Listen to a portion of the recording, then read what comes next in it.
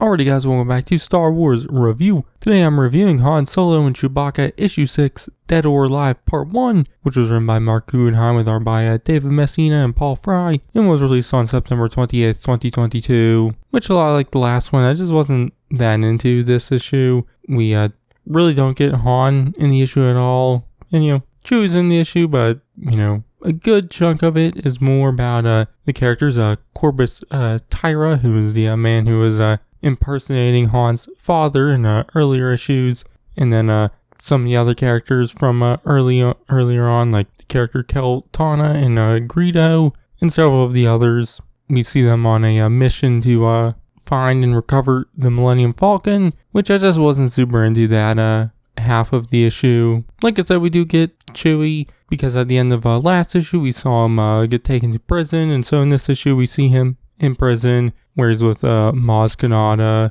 where they meet this girl named Bahadria, I don't know how to pronounce exactly, who has a plan to break them out, but they need the help of Dr. Avazan and Panubaba, which the last we see of them in the issue is Maz telling Chewie the plans and whatnot, and that he'll need to die for the breakout, which we obviously know he won't. But we also see him earlier get sentenced to, I think it was 100 years in prison, which they say is a quarter of Wookiee's lifespan.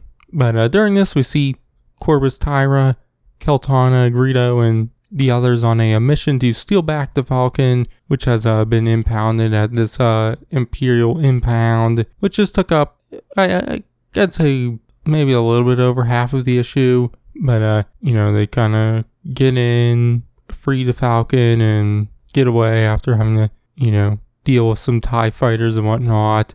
It was pretty straightforward, and I just wasn't super into it. But they stole the Falcon back because that's where the urn is, which once they get the Falcon back, Corbus finds out that the urn isn't where he left it, and so they'll need to figure out where it is. But the issue ends on this planet called Escalon, where we see these fish-like people who we see talking about finding a man who washed up on the beach, and they head into this kind of little building with the doctor who is nursing this person back up to health, and it's revealed to be Han Solo, and that's where it ends. So yeah, like I said, I just wasn't super in this one. Along with the last issue, I just haven't been feeling this series as much as I was in the earlier issues.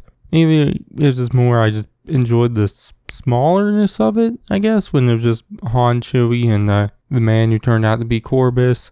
I just haven't been into the stuff with Kel and her crew, so yeah. I am interested in Chewie's breakout from prison. Obviously in this issue is more set up for the breakout than anything else. So yeah, but my grade for this issue is going to be a C+. Anyways, I'll be here for this review. Next I'll review issue 7, so you can watch that then. But in the meantime, check out my reviews on the first 5 issues and everything else to do. But I've been Star Wars Review, and I'll catch you guys in the next one.